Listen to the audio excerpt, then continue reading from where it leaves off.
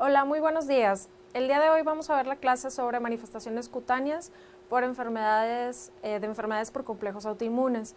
Vamos a repasar distintas de ellas, las más frecuentes, y aquí al principio les pongo alguna imagen solo para recordar los datos clínicos más característicos de algunas de estas enfermedades, como por ejemplo esta parte donde se ve en la paciente, en la región de la espalda alta, esta placa eritematosa que recuerda mucho el signo del chal de una de las enfermedades que vamos a abordar dentro de esta clase, que es la dermatomiositis, en donde también puede afectar no solo la parte posterior de la espalda, sino también el área del escote. En el dorso de manos encontramos estas pápulas características en las articulaciones interfalángicas. Estas se llaman pápulas de Gotrón y también son muy características de la dermatomiositis. En ocasiones también encontramos otras manifestaciones cutáneas que afectan esta entidad, que es unas placas eritematosas alrededor de los ojos, que recuerdan mucho dentro de los diagnósticos diferenciales a la dermatitis por contacto alérgica. Sin embargo, cuando vemos un paciente con estas características alrededor de los párpados, tenemos que pensar en una de las lesiones que se llama rash en heliotropo, que también son características de la dermatomiositis.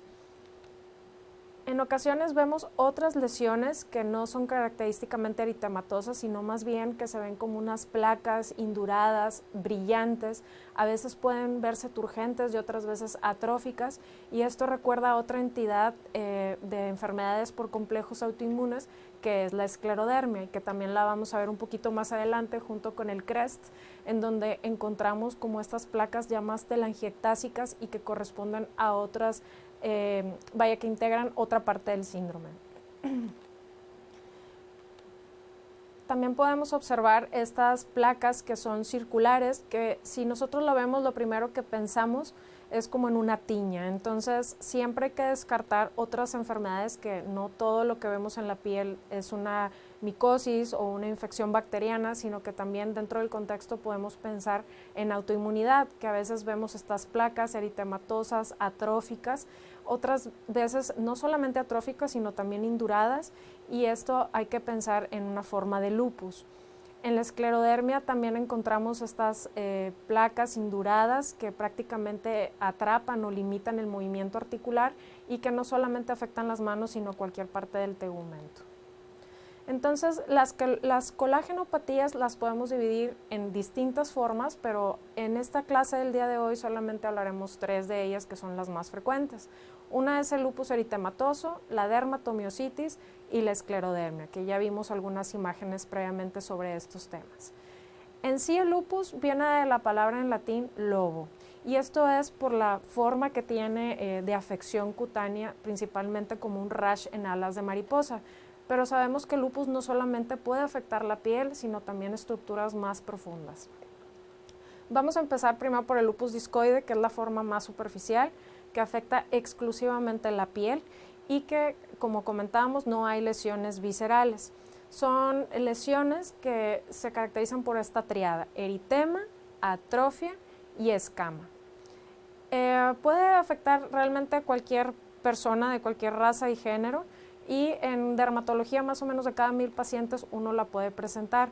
No hay una etiología bien establecida para el lupus discoide, pero sí se ha asociado a ciertos HLA, sobre todo al B8, el DR3, y lo que sí es cierto es que a veces el paciente por lo general va a referir algún episodio desencadenante de una exposición fuerte a la luz solar o incluso alguna infección anterior. Entonces, el lupus discoide principalmente vamos a encontrar esas placas con esa triada de eritema, escama y atrofia, que va a afectar principalmente áreas fotoexpuestas. Hasta en un 85% de las veces podemos encontrar que afecta a estas zonas. Y como podemos observar en esta imagen, encontramos el componente eritema y en la parte central incluso de atrofia, que caracteriza al lupus discoide. Sin embargo, el lupus discoide también tiene una subclasificación, que puede ser eritematoso cutáneo fijo, superficial, túmido, profundo o subagudo. Y en la histopatología principalmente lo que vamos a encontrar son esos tapones foliculares con esa presencia de licuefacción o degeneración en la parte de la interfase, esto es por debajo de la epidermis, y un engrosamiento de la membrana basal. Vamos a encontrar un depósito de inmunoglobulinas, principalmente de IgG, en banda, lo que se conoce como la banda lúpica, que cuando hacemos una biopsia, un fragmento se manda a inmunofluorescencia y el encontrar una banda lúpica es diagnóstico de lupus. Además, obviamente hay que conjuntar el cuadro clínico, la presencia de anticuerpos antinucleares que pueden estar positivos solamente hasta en el 30% de las veces. Puede haber un BRL positivo, leucopenia y un factor reumatoide positivo. Hay un diagnóstico diferencial contra otras enfermedades fototóxicas o fotoalérgicas o incluso hasta con una dermatitis seborreica. El tratamiento principalmente va a estar encaminado, pues obviamente a filtro solar, porque ya dijimos que la fotoexposición es un inductor de estas manifestaciones cutáneas, pero también podemos utilizar glucocorticoides tópicos, a veces intralesionales, cuando hay placas muy induradas e infiltradas, y también la hidroxicloroquina está demostrado que tiene utilidad para el lupus discoide. En cuanto al lupus eritematoso sistémico, esto son lesiones cutáneas, pero afección visceral y articular. Es mucho más frecuente en mujeres que en hombres y aquí también no sabemos o no se sabe con ciencia cierta cuál es la etiología específica, pero sí hay un contexto ahí autoinmune y está relacionado con algunos HLA, en particular DR2, DR3 y hay otras variedades como el lupus neonatal. Y a veces que en el lupus neonatal pues hay paso de anticuerpos transplacentarios, particularmente anti-Ro y anti-La, que hacen que presente el producto de este tipo de lesiones cutáneas. Y también hay antecedente en algunos pacientes de infecciones antirretrovirales o de micoplasma.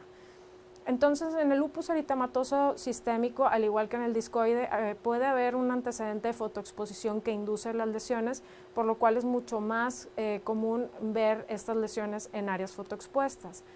Aquí es lo que platicábamos de ese rash en alas de mariposa tan característico del lupus discoide, que encontramos la triada también de eritema, edema y escama y atrofia. Eritema, escama y atrofia, como podemos observar en las lesiones. Y algo muy característico del rash en alas de mariposa es que no afecta a los surcos nasogenianos, como podemos ver aquí en la imagen.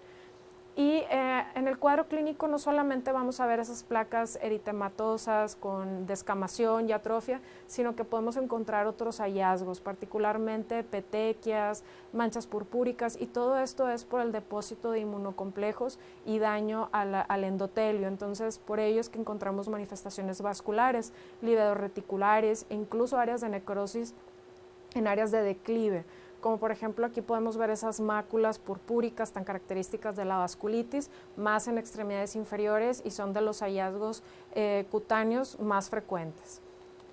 Y bueno, también hablamos sobre el cuadro clínico, otras cosas que van más allá de la piel, como en el cabello, donde vamos a encontrar una alopecia difusa. También podemos encontrar asociado el fenómeno de Raynaud y otras lesiones en mucosas, que eso es muy importante también interrogar al paciente si ha tenido úlceras en cavidad oral o genitales para descartar en este caso otro tipo de trasfondo como la enfermedad de Behçet. Como podemos aquí observar esas úlceras en la cavidad oral, que en este caso, por ejemplo, también habría que considerar dentro de los diagnósticos diferenciales otras enfermedades como el pénfigo ampolloso o el herpes simple. Entonces, en el lupus eritematoso sistémico, además de todas estas lesiones dermatológicas que platicamos, hay que considerar en el paciente otros síntomas de afección extracutánea. Sabemos que dentro de las manifestaciones donde más se afecta el lupus es en el riñón, por lo cual encontraríamos una glomerulonefritis membranosa, que es dentro de los más característicos, una afección cardíaca que puede ser a todas las capas, desde una pericarditis, miocarditis o una endocarditis como la de Liebman-Sachs, que de cada 10 pacientes uno puede tener este tipo de endocarditis, que es una endocarditis verrucosa estéril que afecta principalmente la válvula mitral. Y hay otros síntomas gastrointestinales como anorexia, náusea, vómito, incluso neurológicos como depresión, psicosis y ansiedad. En la histopatología básicamente lo que vamos a encontrar es una atrofia epidérmica con tapones de queratina, un depósito de linfocitos de interfase, degeneración en esa parte de la dermis papilar y la presencia de telangiectasias. De igual manera que en el lupus discoide, también en el lupus vamos a encontrar esa membrana lúpica, esa banda lúpica que da lugar al depósito de inmunocomplejos principalmente por IgG. Entonces, hay unos criterios bien establecidos por el Colegio Americano de Reumatología, en donde básicamente tiene que haber 4 positivos de los 11 que ellos determinan, en donde dentro de ellos están algunas manifestaciones hematológicas, reumatológicas, y el paciente pues tiene que cumplir 4 de los 11 criterios para poder establecer el diagnóstico de lupus eritematoso. Dentro del abordaje de estudios de analítica general, pues el paciente puede tener un BDRL positivo. Además, algo característico son los anticuerpos antinucleares en patrón anular homogéneo hasta en un 95 a 98%. Puede estar también en patrón moteado o nucleolar, pero el más característico es anular y homogéneo, ¿ok? Y en el caso del lupus neonatal, recordar que estarían positivos los anti-RO y anti-LA.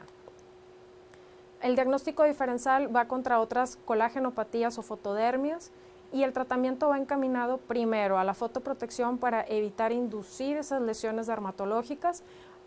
AINES, la prednisona se da a 1 miligramo por kilogramo día, y otros inmunosupresores como la ciclofosfamida e incluso medicamentos biológicos como los inhibidores del factor de necrosis tumoral alfa como el infliximab, etanercept o adalimumab. Existe otra variedad que es la de lupus cutáneo subagudo, en la cual realmente ahí las lesiones dermatológicas son un poco diferentes, son más igual en mujeres y también en áreas fotoexpuestas, pero vamos a encontrar las lesiones distintas. Como platicaba hace un momento, las otras se veían más rojas, más como homogéneo, ese color rojizo, y aquí vemos un tanto como un borde circinado, que recuerda mucho a las micosis superficiales. De hecho, es uno de los diagnósticos diferenciales, porque esto podría parecer una tiña del cuerpo. Entonces, desafortunadamente, luego tenemos pacientes que están recibiendo meses de tratamiento de antimicóticos y lo que tenían era un lupus cutáneo subagudo. Algo característico es que en esas lesiones pues se va a observar algo de atrofia en el centro, y de hecho hay 2 variedades, una anular y la otra psoriasiforme, que realmente parece una psoriasis. Y lo que vamos a encontrar en esas placas anulares es ese borde circinado con escama en la periferia, y en la parte psoriasiforme realmente es casi indistinguible el patrón de una psoriasis, pero pues obviamente hay otros datos clínicos que nos apuntan más el diagnóstico de que podría tratarse de un lupus cutáneo subagudo, y pues obviamente está la biopsia en la que si hacemos una inmunofluorescencia pues nos va a dar la pauta ahí del diagnóstico. Algo característico es que posterior a que pasa esa fase de eritema, queda esa zona atrófica e hipopigmentada como cicatricial. Otras manifestaciones, al igual que en el lupus eritematoso sistémico, que también puede haber una alopecia difusa, también en el cutáneo subagudo puede ocurrir, y vamos a encontrar otros síntomas de inflamación como artralgias, fiebre, malestar general, la BCG también aumentada. En la histopatología pues vamos a encontrar datos muy similares a los que hemos estado platicando anteriormente, y en el lupus cutáneo agudo, ahí la diferencia es la forma súbita en la que aparecen las lesiones. Posterior a la exposición solar vamos a encontrar la manifestación de las lesiones, que es prácticamente indistinguible de las del subagudo. Pasando a otra de las colagenopatías, que en un principio habíamos hablado por ahí del signo del Chal, de las pápulas de Gotrón. Esos son datos clínicos sugestivos de una dermatomiositis. Y la dermatomiositis es una enfermedad difusa del tejido conectivo que va a afectar varios sistemas, y entre ellos no solamente afecta a la piel, sino también el sistema musculoesquelético. Y algo muy característico es que va a afectar más a mujeres, pero que también puede presentarse en la edad juvenil. No hay una causa específica, sin embargo, esta enfermedad sí está relacionada a algún, por ejemplo, puede haber algunos pacientes que manifiestan la dermatomiositis como una entidad paraneoplásica, y ahorita vamos a hablar en relación a la clasificación de la misma. Realmente existen 6 categorías, quizás se vean muchas letras en la diapositiva, pero es fácil memorizarlas si lo entendemos. En la tipo 1 realmente nada más hay afección a músculo sin lesión a piel. En la tipo 6 hay afección a músculo, pero no hay afección a músculo, pero sí a piel. O sea, es al revés, la 1 y la 6 son lo contrario. Y en la 2 tenemos aquellas que están las dos al mismo tiempo, o sea, afecta tanto a músculo como a la piel. En la 3 son las paraneoplásicas, la 4 son aquellas que afectan solamente a jóvenes, y la 5 es la que está asociada con otra enfermedad del tejido conectivo. El cuadro clínico, por lo general en la dermatomiositis, es un inicio repentino, súbito, y característicamente vamos a encontrar esas pápulas de Gotrón, que son lesiones alrededor de los dígitos en las articulaciones interfalángicas y alrededor de los párpados, que estos se llaman pápulas de Gotrón. Es el rash o eritema en heliotropo, esto es alrededor de los párpados, y las pápulas de Gotrón son las que platicamos en el dorso de las manos. Otras cosas que también podemos encontrar, además del rash en heliotropo y de las pápulas en Gotrón, son el engrosamiento de la cutícula, las manos de mecánico, que ahorita vamos a ver algunas imágenes de esto muy característico, y el fenómeno de Raynaud. Esta es lo que platicaba acerca de esas manos de mecánico en donde se ven esas hiperkeratosis con fisuras que son dolorosas en la parte distal de los dedos. Y el signo del chal, donde observamos esa placa eritematosa que afecta escote y espalda, o sea, áreas donde hay fotoexposición. Y aquí vemos las pápulas de Gotrón que comentaba hace un momento, que son esas pápulas eritematosas en el dorso de las manos. Aquí vemos en esta imagen de esa paciente que tiene un poco de manos de mecánico en la parte distal y periungual, cómo se observa esa descamación en esa zona. Y entonces el cuadro clínico va a afectar músculos estriados. Por lo general, los músculos que se van a afectar son proximales a la cintura, la cintura escapular. Por ello es que el paciente refiere muy característico que no puede levantar los brazos. Es una debilidad proximal, además de otros signos generales como astenia, pérdida de peso y fiebre. En la histopatología vamos a encontrar una hiperkeratosis con edema del tejido conectivo e incontinencia del pigmento. Algo también que es muy importante dentro del abordaje de un paciente con dermatomiositis no solo es la biopsia de piel, sino también de músculo. Y ahí en el músculo vamos a encontrar ese infiltrado inflamatorio muy importante alrededor del endomisio, con distribución perivascular entre esos septos interfasciculares. Y hay grados variables obviamente de necrosis, y esto nos puede ayudar a catalogar también la severidad en ese momento. Dentro de los estudios de analítica que se deben de solicitar a un paciente, además de la biometría hemática, son las pruebas de funcionamiento hepático, en donde vamos a encontrar un poco de aumento de las transaminasas, la creatinfosfoquinasa, la DHL, y lo más importante es la determinación de la aldolasa sérica. ¿Okay? Y los anticuerpos que van a estar positivos son los anti-Jo, y en los pacientes pueden tener además dismotilidad esofágica. Entonces, dentro de los criterios diagnósticos de la dermatomiositis vamos a tener debilidad muscular proximal, como hablábamos de la cintura escapular, simétrica. Puede haber disfagia o no. La biopsia de músculo es muy importante, que esta debe ser anormal con ese infiltrado inflamatorio alrededor del endomisio. Aumento de las enzimas de músculo liso, en particular, músculo estriado, en particular la aldolasa, que ya habíamos hablado anteriormente, electromiograma anormal y esa erupción cutánea característica, como el signo del chal, el rash en heliotropo o las pápulas de Gotrón. Dentro de los diagnósticos diferenciales son otras enfermedades del tejido conectivo, como puede ser también la enfermedad mixta del tejido conectivo o la esclerodermia, lupus eritematoso, la dermatitis por contacto, que ya habíamos platicado esto en un inicio en particular, como diagnóstico diferencial del rash en heliotropo. El tratamiento de la dermatomiositis principalmente va a ser con inmunosupresores, y en este caso la prednisona de 1 hasta 2 miligramos kilogramo día. Y además pueden utilizarse otros como la azatioprina, la ciclofosfamida e incluso la cloroquina.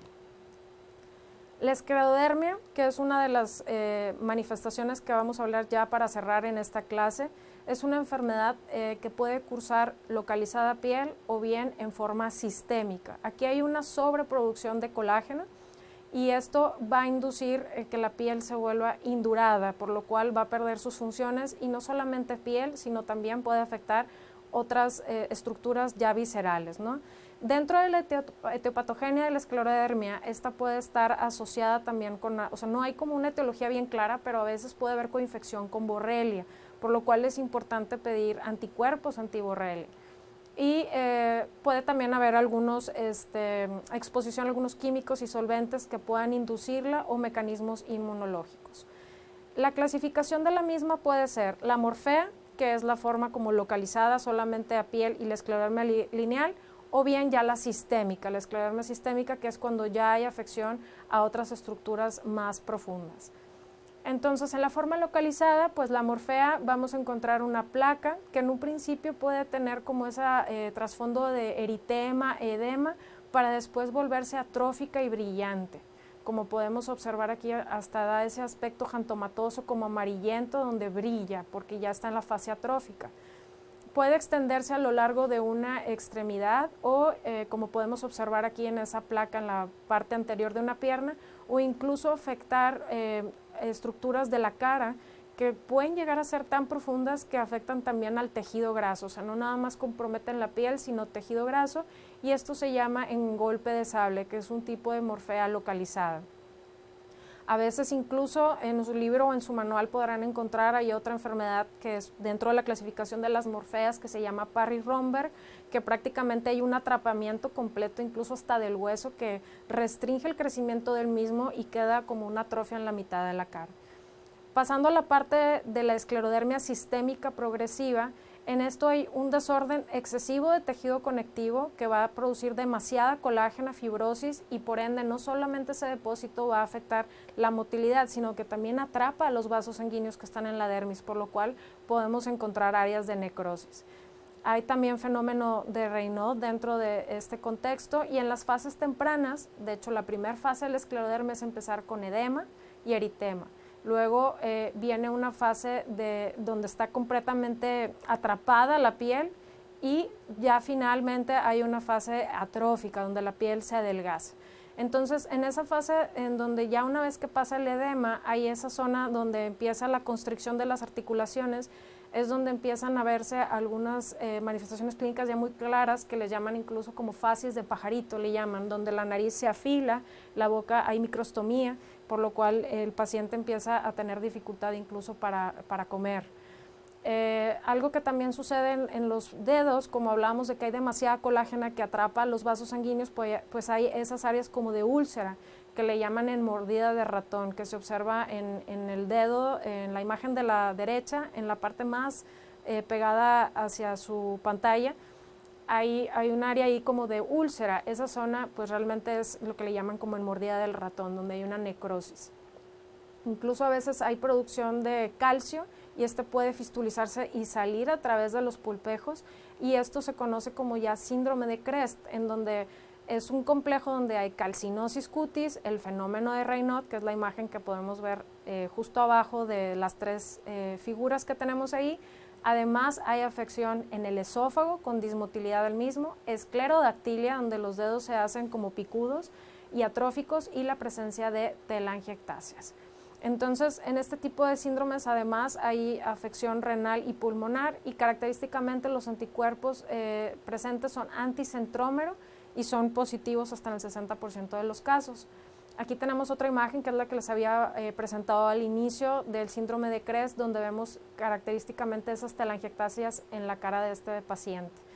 Vamos a encontrar en la esclerosis sistémica progresiva anticuerpos antinucleares positivos hasta el 90% de las veces y el patrón más característico es el nucleolar. Ese es el que es más específico de esclerodermia y la presencia de anticuerpos anticentrómero u homogéneo son más sensibles y específicos para Crest. En la histopatología vamos a encontrar, realmente no hay forma por histopatología de poder diferenciar cuál es una esclerodermia localizada o sistémica, eso nos lo da la clínica. Y algo muy característico es que vamos a encontrar esa hiperproliferación de colágeno muy denso, que incluso ustedes pueden ver cómo la biopsia hasta se ve como si estuviera cortada con una cuchilla, pero es por el colágeno cómo se produce de esa manera. Y hay un infiltrado de células linfocíticas y plasmáticas en el tejido adiposo y la atrofia epidérmica. Y posteriormente, en formas ya más avanzadas, vemos cómo ese depósito de colágeno se vuelve todavía más denso e intenso, cómo hay atrapamiento incluso de vasos sanguíneos donde casi no se alcanzan a ver y hay algo de infiltrado inflamatorio hiperivascular.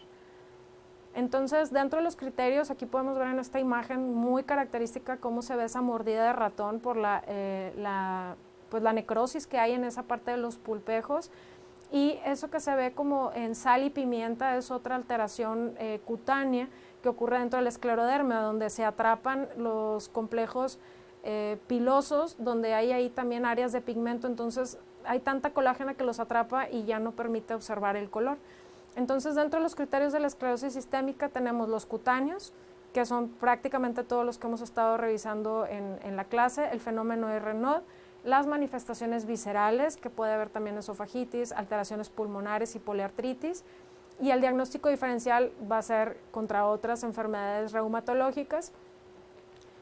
Y el tratamiento básicamente pues de las lesiones cutáneas va a ser difícil si de base no se controla al paciente, por lo cual se pueden dar algunos tratamientos a base de vasodilatadores, en particular en el caso del fenómeno de Raynaud, el sildenafil, la ciclofosfamida, metotrexate y prednisona, y en algunos pacientes solo para las formas localizadas ha funcionado la fototerapia.